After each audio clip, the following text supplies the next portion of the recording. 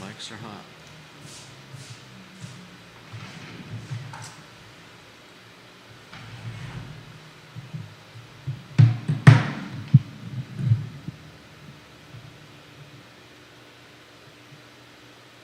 What? They're hot. All right, guys, we'll rock and roll. How you feeling over there, Judah? It's Friday. All right. Payday. Yep.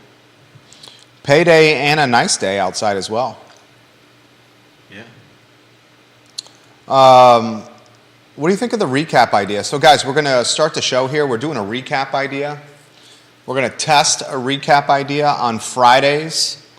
We recap the top headlines, the top movers and shakers from the week. And we do a recap on Fridays of the week that was on the show. This was an idea that was suggested by a handful of viewers and listeners. So we decided to try it out today. What do you think of the recap idea, J-Dubs, before we start? That's great. I like it. For what reasons? Well, it gives us a chance to go back over the week's events and update people with any changes that may have happened. Okay. What do you got plans for the weekend? Do anything crazy? What's the highlight you got planned so far of the weekend? Highlight? I don't know. We'll have to see. Relaxing and whatever else comes up. Relaxing, okay. I like it. A relaxing weekend for Judah B. Wickower. Those are always nice. How does Judah, inquiring minds want to know, how does Judah Wickower relax? It depends. I mean, sometimes it's chilling with Liza and a book on the front porch. Sometimes it's going out and just enjoying the weather and the beautiful flowers and greenery that we've got popping up everywhere. It all depends. A botanical man, a garden aficionado, a man with not only a soul that has zest for life, but a man with an eye for a flower and some fantastic foliage, or a flower bed, if you may. Don't let that fool anyone into... What's that? Don't let that fool anyone into believing that I've got a green thumb, though. My thumb is like, what's the opposite of a green thumb? A brown thumb? A black thumb? Black I got a thumb, black maybe? thumb. Yeah, I can't grow anything. All right, look at the screen for the headlines. Carol Thorpe, welcome to the program. Guys, hit the like button, share the show. We'll hear the Yiddish word of the day. The Yiddish word of the day is taken off. Judah's going to actually try to use the Yiddish word of the day over the course of the talk show to see if you guys catch it. That's going to be a true test of Judah Wickower's skill set as a wordsmith. Oy Also- vey is mir. What's that? Oy vey is mir. Oh, did you already use it? No, that's just another one. That's another one. Yeah. All right. We'll rock and start when you're ready, J-Dubs. Quiet on the set.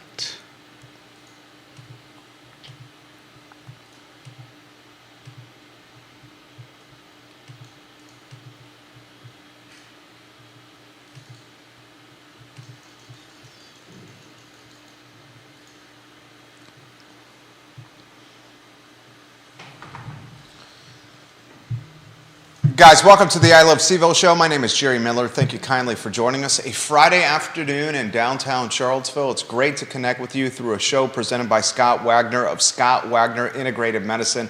I'm actually headed to Dr. Wagner's practice this afternoon to direct a handful of TV commercials that you will soon see on NBC 29. We'll take the audio from those television commercials and turn them into radio commercials as well that you will soon hear on Charlottesville Radio Group, on Monticello Media, and perhaps wherever you stream your music as well. So that's an afternoon of creating 30-second commercial spots in the very near future.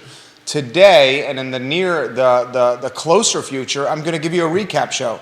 Judah Wickower and I, we powwowed. We heard from you, the viewer and listener, and many of you have asked for a recap show on Fridays, a show where we recap the week that was, specifically the headlines that drove the needle the most. For example, one of the headlines in today's recap show we talked about in the middle of the week, and that's Richard Hewitt of Seminole Trail Management, the owner of the J.C. Penney in Fashion Square Mall.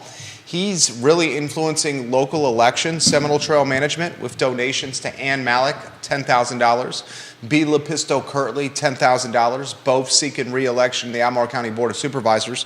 Lloyd Snook, he also gave Mayor Snook a few $1,000s for his re-election bid in Charlottesville City. That headline, which we covered on this fine and fair talk show, translated into an article in the Daily Progress. Ladies and gentlemen, the headline of the Daily Progress article, which was written 17 hours ago, candidates for Whitehall seat divided on accepting developers' dollars. So it shows you the influence of the program. In the middle of the week, we used the platform to highlight something from VPAP. We encourage you to go to vpap.org if you want to see where dollars are coming from a fundraising standpoint, donation standpoint, a candidate standpoint. We go to VPAP, we see that Richard Hewitt, Seminole Trail Management's dropping ducats. Dudes dropping ducats to Malik, dudes dropping ducats to Lepisto Kirtley, dudes dropping ducats to Lloyd Snook. We said, hey, why is this company dropping ducats to these candidates? Well, out of curiosity, this is the same company that owns the J.C. Penney. The same company that's got the deal for the operations center out of the J.C. Penney. The deal for the operations center with Albemarle County. So you got a guy that's given 10 G's to one supervisor, a guy who's given 10 G's to another supervisor. These supervisors are 2 of 6 people that determine how the county is run.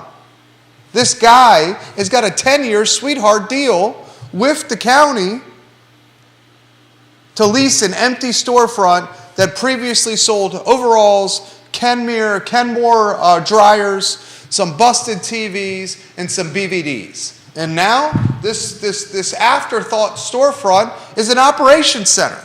I mean, that's what happened. It's not nefarious. It's not sketchy. It's not behind the scenes. It raises eyebrows and makes you ask questions. It gives you pause, makes you think. Why is a guy who owns a prominent, massive location that's a shadow of its former self given tens of thousands of dollars to elected officials? It's a fair question. So that headline, which we covered here on this show, manifests an article in legacy media. That's what we're trying to do. That's what we're trying to do. So let's weave Judah Wickower into the mix. Not only is Judah a kind person, but he seems to be a Yiddish aficionado. I don't know about that. The Yiddish word of the day is taken off. It's taken off. I got folks asking me for Schmedrix. Did I get that right? Schmendrix? Is that the jerk? What do you say? What do you mean they're asking? Is a Schmendrick a jerk? Yeah. What do you mean they're asking you for Schmendrix? I was just joking. I had someone literally come up to me yesterday, and we had a chuckle about the Yiddish word of the day. What's the?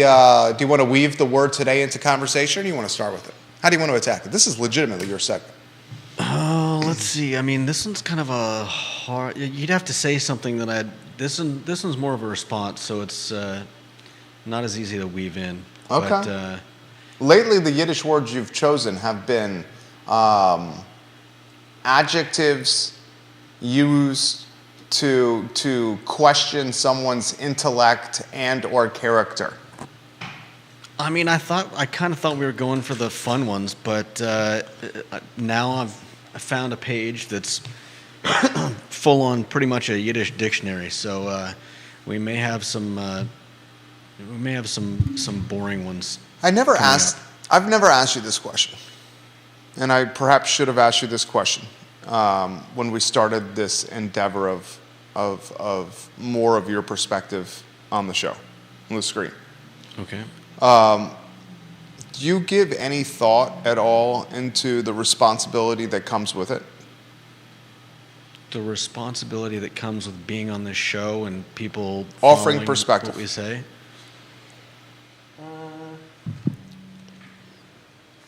Do I give it a little bit? But at the same time,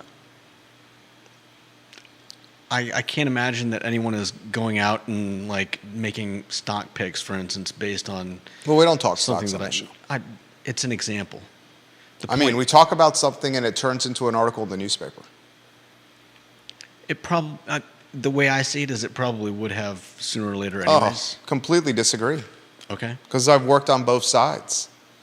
You're assuming that the folks that work for $12, $15, $16, $17 an hour that are brand new to the market and have their pulse on everything that's going on locally. That's not the case.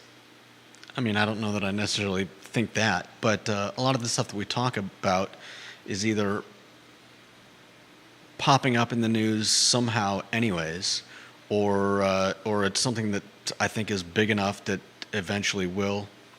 And I Agree to could be- disagree on that one. Don't think you got the right feel for what's going on there on that comment. But, I mean, I'm certainly entitled to your comment there.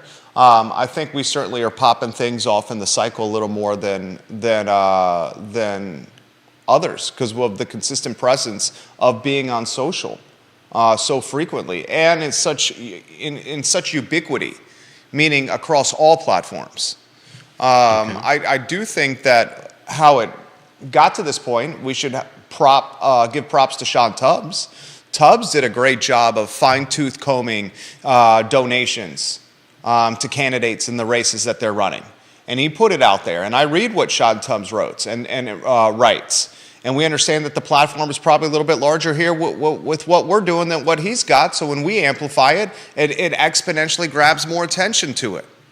But, I mean, I think you should know, and all of us should follow, why a major developer is given such substantial donations to candidates. Yeah, and no doubt. to put it truly in perspective, this is fresh from the newspaper, from the Progress.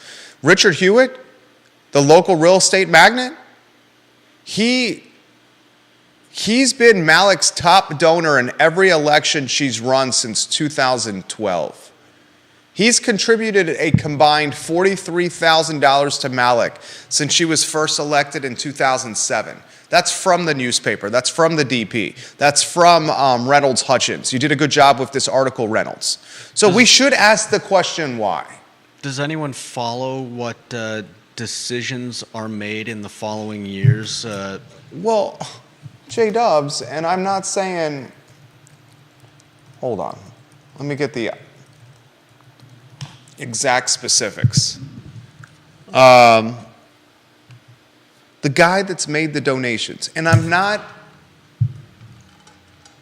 want you to connect the dots. The guy that's made the donations, I just explained to you this article from the Daily Progress today. The guy, Richard Hewitt, has been Malik's top contributor in every election she's run since 2012. Contributing a combined $43,000 to Malik since she was first elected in 2007. That's in the newspaper today. Yeah. The guy who's making these contributions has a deal in place for his J.C. Penney building, and the J.C. Penney building, the deal he has in place is on a $12.50 per square foot price. The rent per year is $558,000. It's a 10-year lease, options to extend. The rent increases by 3.5% every year. I mean,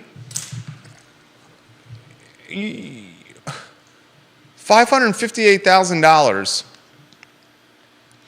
times 10 with a 3.5% escalator, you're talking basically $6 million.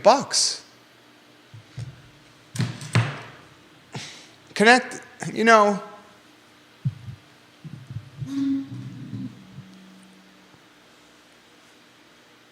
Albemarle needed an operations center. Yeah. J.C. Penney was a shadow of its former self and empty. And also strategically positioned within the Rio Road small area plan. Yes, it's a good fit. But I am also curious or intrigued by the owner of the building doing such substantial donations to candidates that have approved a $6 million sweetheart deal. Yeah. Yeah.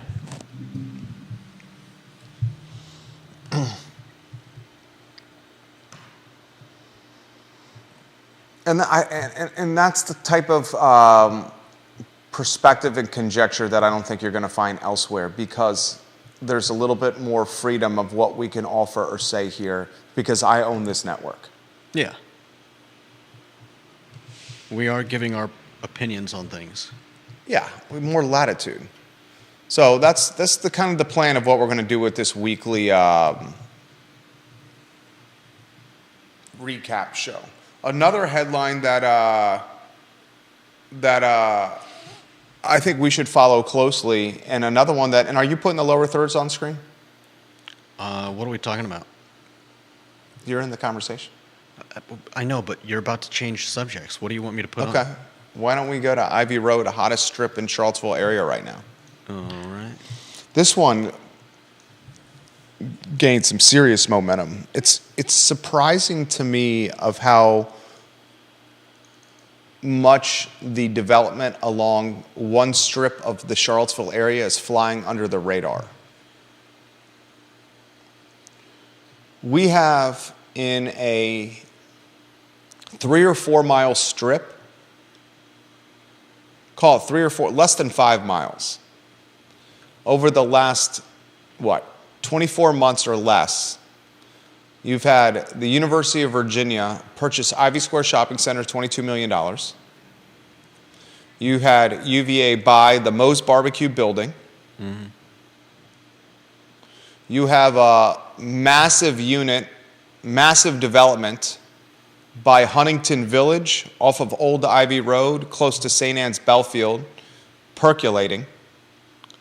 A development that is spearheaded by one of the nation's largest apartment builders for college students. In the last 24 months, you have seen Hunter Craig bring his shopping strip across from the Birdwood Golf Course to market, and it immediately got traction and occupancy. Comer and Company is over there. Kenny Ball Antiques is over there. The Shade Shop is over there. In this same building that Hunter owns, in the back of the building, Selvage Brewery is moving from Woolen Mills to that location, the back of Hunter's building on Ivy Road. Yeah. Basically, they're going to create an elevated sports bar there. They legitimately mention televisions in their announcement, that they were excited to have many TVs. You got a data science school that is approaching the finish line. You got the Forum Hotel now open, a Kimpton property. Yeah. Kimpton's first hotel on a school, university, college, campus, or grounds. This hotel has 2 restaurants inside, a sports bar and a steakhouse. This hotel also has a conference center and many rooms for events that can handle traffic from Fortune 500 companies in the middle of the week. You also have the UVA Foundation opening its own hotel and conference center along this stretch of the road as well. Yeah. In the last 24 months, a 5-mile stretch that spans city limits and goes into Albemarle County, into the urban ring, is undoubtedly the hottest stretch in Central Virginia.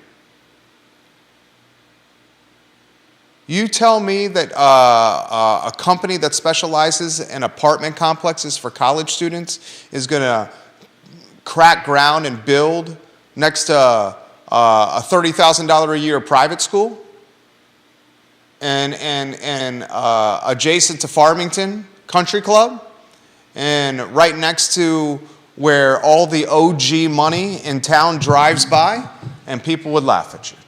And now they're not. And now they're freaking out.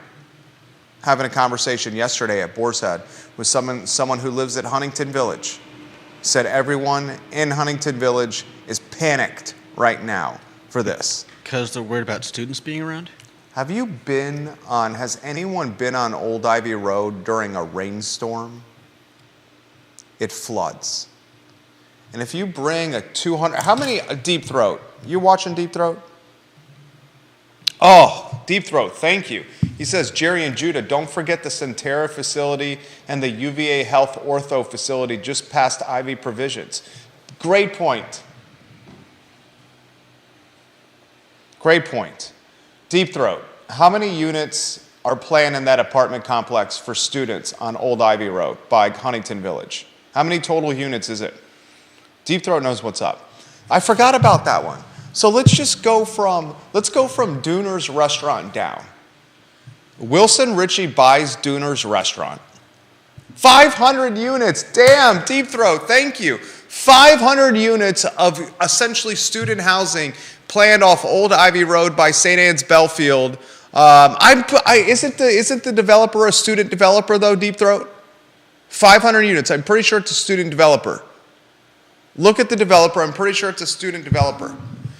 Anyway, 500 units regardless. Let's go from Dooner's all the way to the data science school. You ready for this? Dooner's Restaurant, purchased by Wilson Ritchie.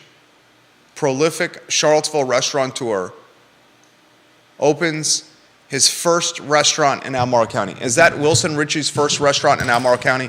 I'm going to go to his website, 10 Course Hospitality. 10 Course Hospitality. Wilson, are you watching? We love you, Wilson. You're good people, Wilson. All right, 10 Course Hospitality owns Cafe Frank. That's on the downtown mall, city of Charlottesville. Wilson owns the business Cafe Frank, and he also owns the building where the restaurant's located in. The Whiskey Jar is in downtown Charlottesville. Wilson owns the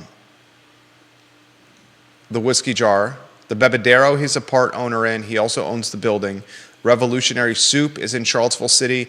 The Milkman's Bar is in Dairy Market. South and Central, the steakhouse is in Dairy Market.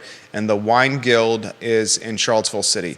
So his only brand outside of Charlottesville City is Dooner's, and that's in Albemarle County. So in the last 24 months, Wilson Ritchie bought Dooner's Restaurant, an iconic restaurant, on this strip. Yeah. In the last 24 months, Centera opens basically a hospital or a medical building on Ivy Road. UVA opens one literally right next to it. You have a 525 unit project planned next to St. Anne's Belfield in Huntington Village on a road that floods when it rains, and legitimately cars can't drive through multiple ones at the same time. 525 units by Greystar.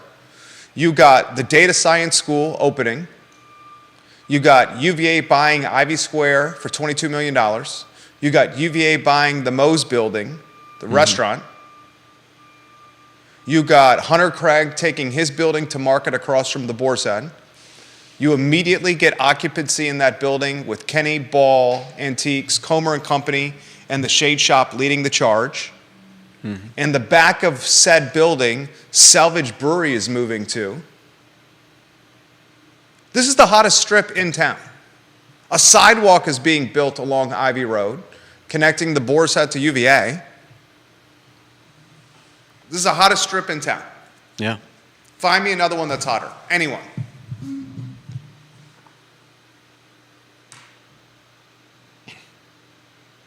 And I'll tell you right now, if you're in the Lewis Mountain neighborhood, and I love the Lewis Mountain neighborhood. I love the Lewis Mountain neighborhood. I love your neighborhood. I love the location. I love it's convenient. You can walk everywhere. You guys have a great spot.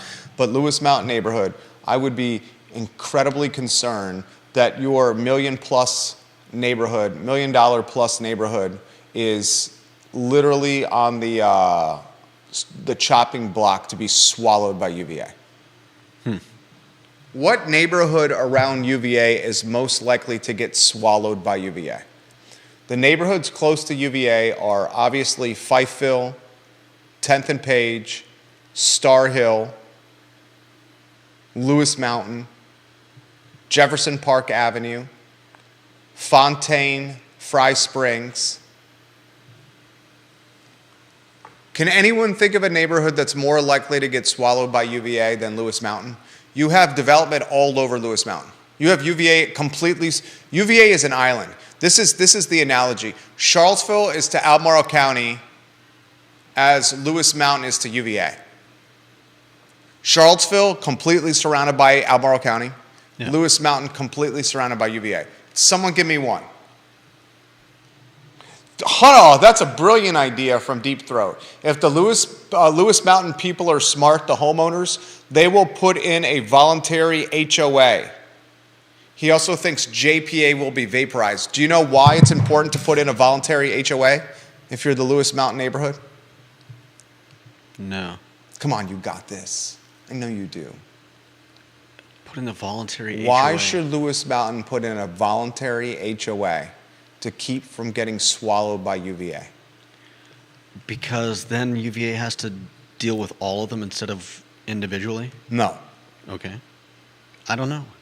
Because the HOA, the Homeowners Association, and the paperwork associated with it, the bylaws and the covenants, that would supersede upzoning and would help stave off getting swallowed.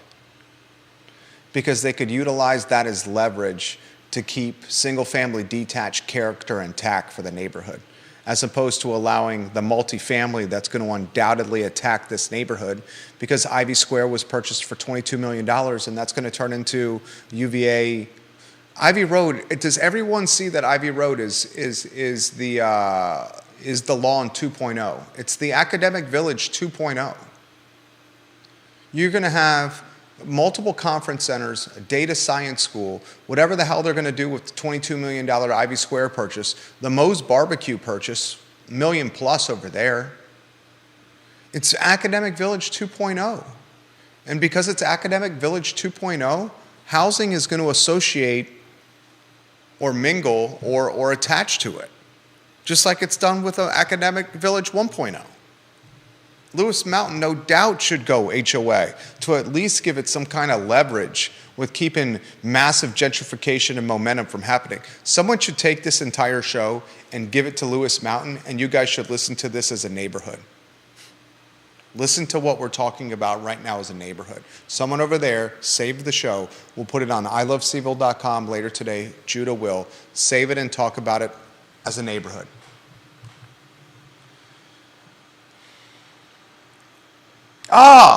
Another damn good thing from the Queen of Ivy who lives on this road. Kate Schartz, I sincerely mean this. I think your property values, with all this positive development that have gone down on Ivy Road, I think your property values have jumped since you purchased, and I don't know exactly when you've purchased, 35%. She says this, Jerry and Judah, you might have mentioned this already, but Birdwood Mansion is going to be developed and redone by UVA in the near future. We're getting emails about it as neighbors. It's going to be event space, and for large events and for weddings. And I should have mentioned that. I had heard about that. The fantastic mansion, when you pull into Birdwood, the very beautiful brick one that's by the golf course, one of the first things you see, it's getting developed into essentially a wedding venue. I mean, it's just from Duners to the Snyder tennis courts, or from Duners to the data science school. That's the hottest strip in town. Hottest strip in town. Before we get to the next headline, which was the Spillman aggressively campaigning against Bryce, which I think we've covered fairly well. But good gosh, that's gotten a lot of interest on the talk show today. I do have one small caveat. I do want to know where all the employees, all the team members are coming from for all this stuff. Yeah. I mean, everywhere I'm looking on Ivy Road is new jobs, incremental jobs that are new to this market. And these are jobs across the income or hourly wage spectrum. These are entry-level, frontline jobs, all the way to upper management jobs that are 6 figures plus. So I really want to know where the people are coming from to fill these jobs. And if the people are, in fact, coming from outside the community, where are those people going to live and what's the impact that they're going to have on housing? I also want to know is all the jobs on Ivy Road that are being created through all this development that I just outlined, are all these jobs going to take people away from locally owned restaurants that cannot give the health care or financial perks and benefits that, say, a Kipton property can do? you would imagine the Kipton and its hotel, the Forum, and its 2 restaurants inside the hotel and its massive event space has healthcare perks and retirement perks that say Mel's Cafe does not, or Blue Grass Grill does not, or Yeah. Public does not. No doubt. So I want to see how that impacts the labor market locally and the housing market. Anything you want to add before the next one? No. Of any of the spots on Ivy Road, where would you most likely be to eat? Where would I most likely eat on Ivy Road? Depends on what I feel like. Most of the time, I would probably just get a sandwich at the gas station. Get a good old Ednam sandwich. And, Ednam's a great one. My yeah. wife loves it. It's my wife's favorite. I'm a Keswick man myself. Try the Keswick. The spicy mustard is good. It's a perfect complement to the Kites country ham, the saltiness of the country ham. And props to the Sutton brothers. They've done a fabulous job at remodeling their Bel Air location. The inside looks great. But I will say this, what is a more precarious parking lot to exit? Let's talk local gas stations. Which local gas station is most difficult to exit? Interestingly, the Suttons have multiple local gas stations that are extremely difficult to exit. Bel Air on Ivy Road is extremely difficult to exit.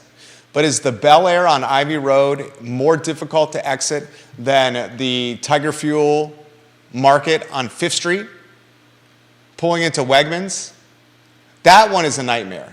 Another one that's a nightmare is the Legacy Market in Keswick.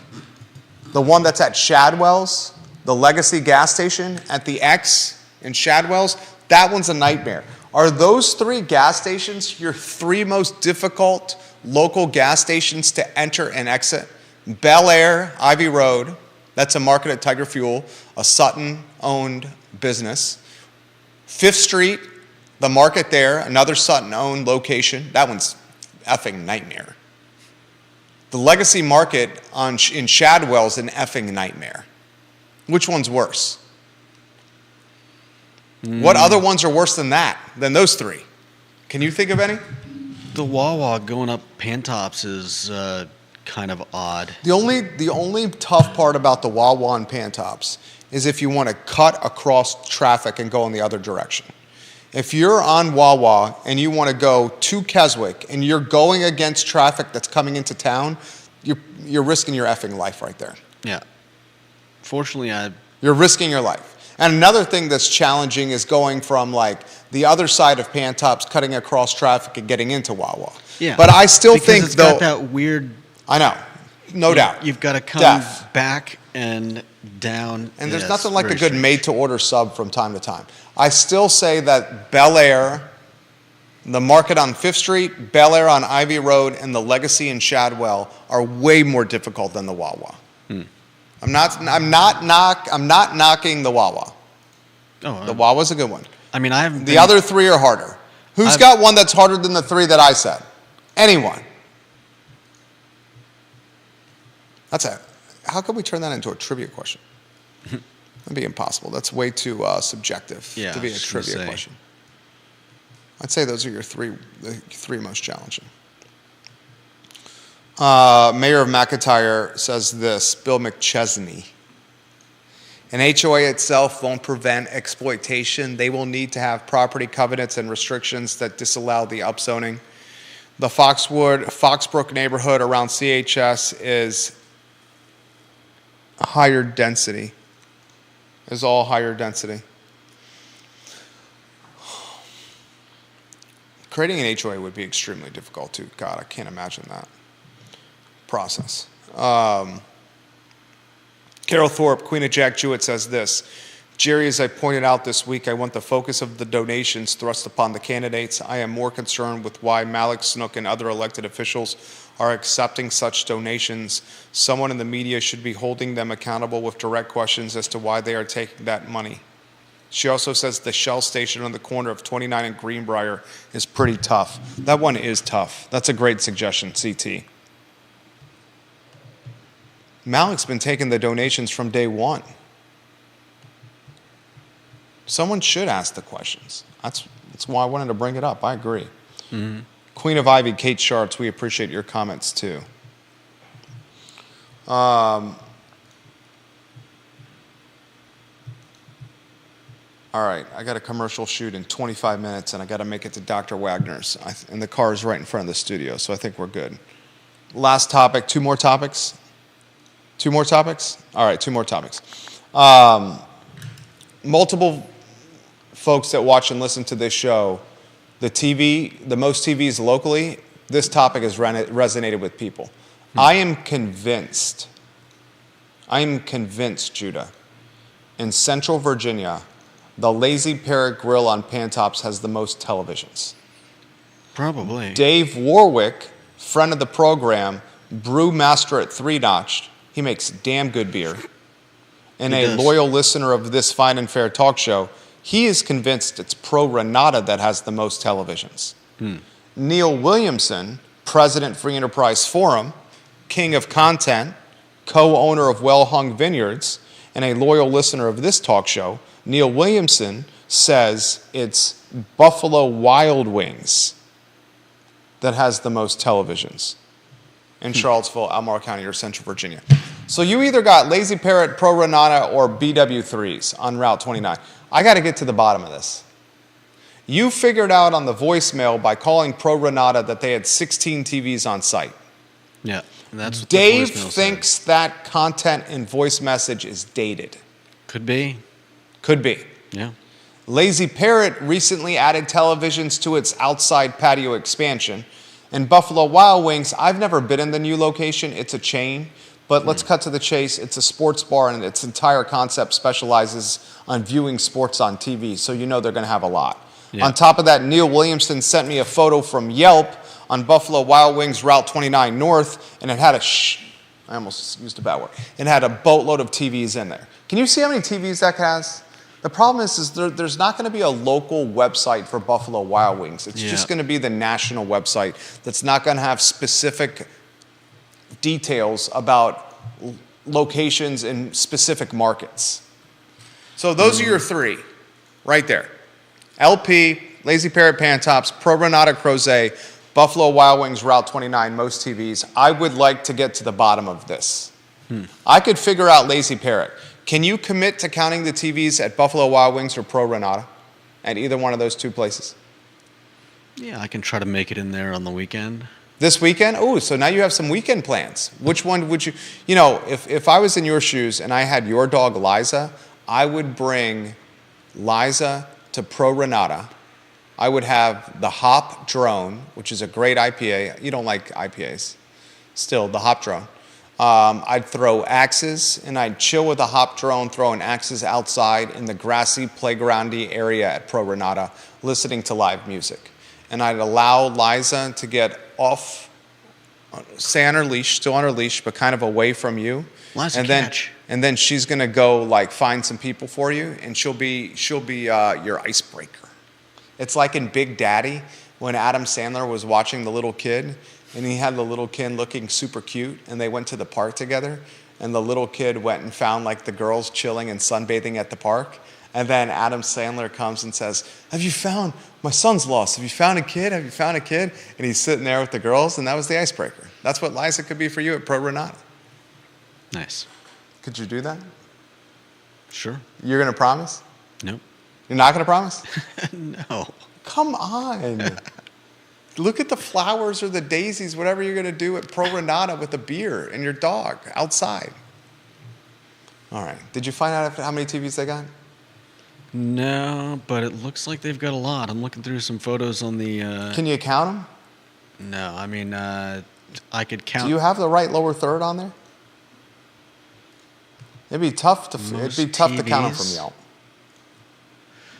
Let's see.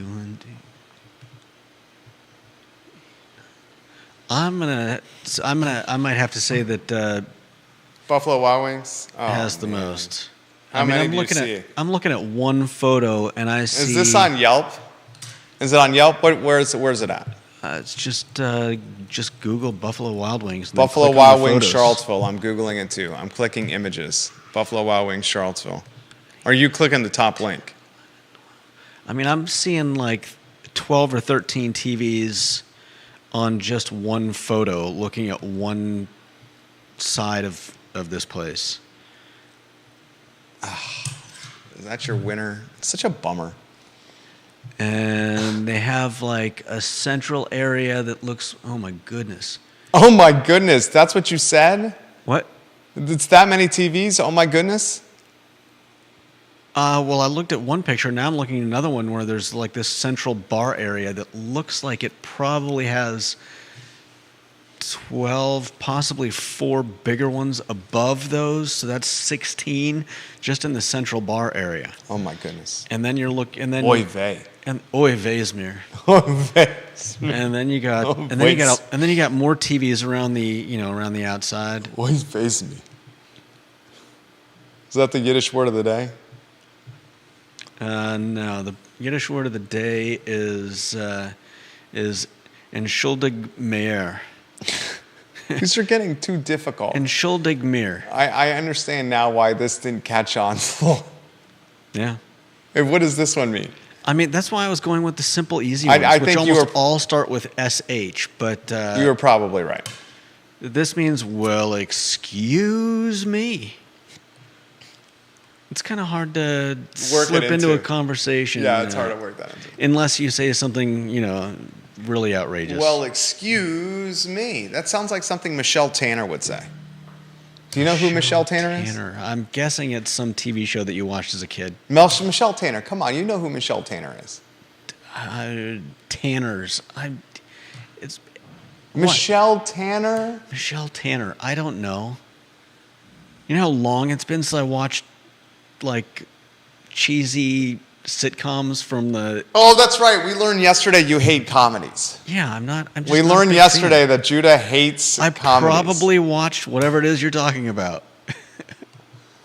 Michelle Tanner, Full House. Full House. Mary Kate and Ashley Olsen.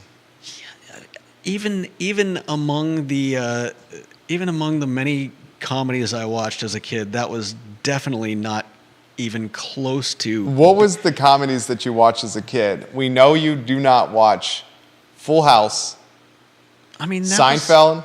That was my Full House Friends. was my sister's favorite show. Don't like any comedies or comedy movies whatsoever. What's the comedy? Can I get one comedy that you like? One comedy that I like. I'm trying to think. I mean, I know there are comedies that I've enjoyed. They're not at the top of my list. One comedy. One comedy. One comedy I mean, is the for a while I liked. One For a comedy. while I liked How I Met Your Mother. Okay, that's a comedy. For a while I watched. What That's was the Big Bang Theory? Oh, that's another one. Yeah. Big Bang Theory. But eventually they wear on me. They just get old. It's the same thing over and over and over again. It's all just like the writing is all just trying to come up with jokes. This makes me reassured. You've worked here for 12 years, and you say from time to time it wears on you like any job. So if comedies are wearing on you, I should feel less if the job is wearing on you. Maybe, yeah. You do great work either way. All right, Big Bang Theory and How I Met Your Mother. Those are legit. They're comedies. There you go. I mean, Those are I've two. watched lots of comedies. I just, like I said, I eventually get tired of them. The story just doesn't really. Oftentimes the story is just kind of static. Okay, there you go. Give Judah a good drama, a good biopic, a good period piece, Maybe. a good romance. Okay, what's your genre? What's your genre? Hero? What's your genre? I tend to like odd, quirky stuff when I'm not watching like superhero movies and Lord of the Rings stuff. And The last headline that we were going to cover was the Spillman Bryce campaign aggressiveness. I think we've covered that well on the show. My advice to all candidates that are running, especially for local elections, be decent people. don't throw mud. You're going to see these people downtown, at schools, And one of at you the is, grocery store. and one of them is going to end up having some amount of power over the other's children, Influence. possibly. Well, no. If Spillman wins, Bryce's kids go to Primes. Yeah, I know. Still, Be good people. Be decent. Don't. that's always good advice. Yeah, exactly. It's the Friday edition of the show. We're back on Monday. Judah Wickower, Jerry Miller. I'm off to make some TV commercials. Judah Wickower, good job. Great job this week. Thank you. Take care, guys.